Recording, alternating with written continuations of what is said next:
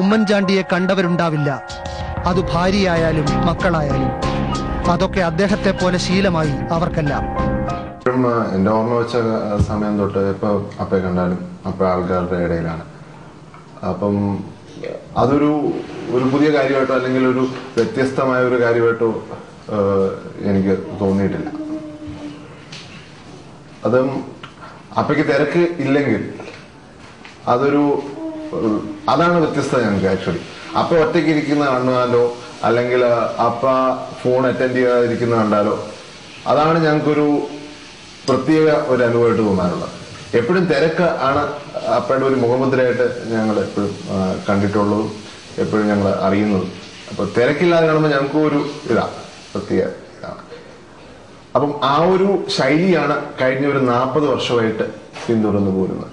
അപ്പൊ പുതുപ്പള്ളിയിലാണെങ്കിലും ഇവിടെയാണെങ്കിലും കേരളത്തിന്റെ ഏത് ഭാഗത്ത് പോയാലും ഈ ഒരു തിരക്കിന്റെ ആൾക്കാരുടെ ഇടയിലായിരിക്കും എപ്പോഴും അപ്പയുള്ളത്. അപ്പൊ ആ ഒരു ശൈലിയുടെയും കൂടെ ഒരു ഭാഗമാണ് 40 വർഷമായിട്ട് പുതുപ്പള്ളിയിൽ നിന്ന് ജയിക്കുവാൻ ഒരു അവസരം കൊടുത്തിരിക്കുന്നത് ഞാൻ വിശ്വസിക്കുന്നു. തിരക്ക് എനിക്കും തിരക്കുണ്ടായിരുന്നു. നല്ല ജോലിയും ഗസ്റ്റും ഫോണും പോക്കും എല്ലാം കൂടെ ആയിട്ട്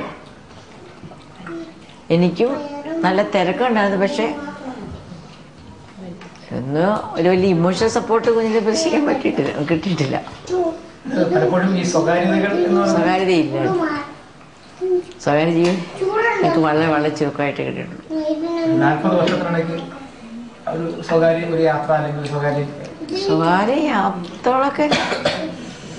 സ്വകാര്യ യാത്രകളൊക്കെ എന്നാലും എപ്പോഴും ആൾക്കൂട്ടത്തില്ല.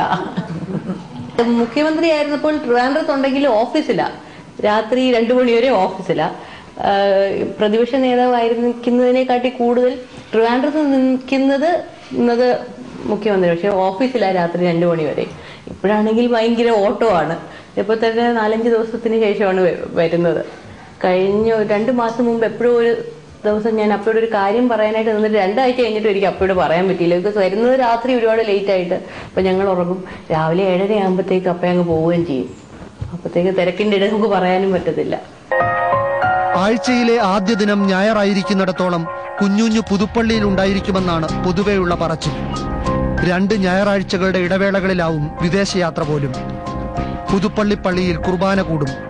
പിന്നെ പള്ളിയെന്നോ പട്ടക്കാരനെന്നോ പണക്കാരനെന്നോ പാവപ്പെട്ടവനെന്നോ പാർട്ടിക്കാരനെന്നോ പാർട്ടി വിരുദ്ധനെന്നോ പരിഗണനകളൊന്നുമില്ലാതെ പുതുപ്പള്ളിക്കാരിലേക്ക്.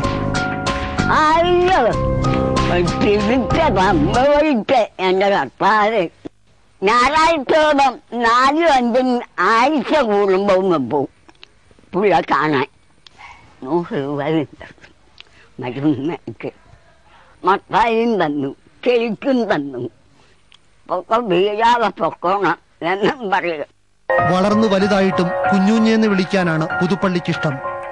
ആൾക്കൂട്ടത്തിനൊപ്പം അതിവേഗം ബഹുദൂരം പിന്നിടുമ്പോഴും പുതുപ്പള്ളിയുടെ അരികത്തിരിക്കാനാണ് കുഞ്ഞുഞ്ഞിന് മോഹം.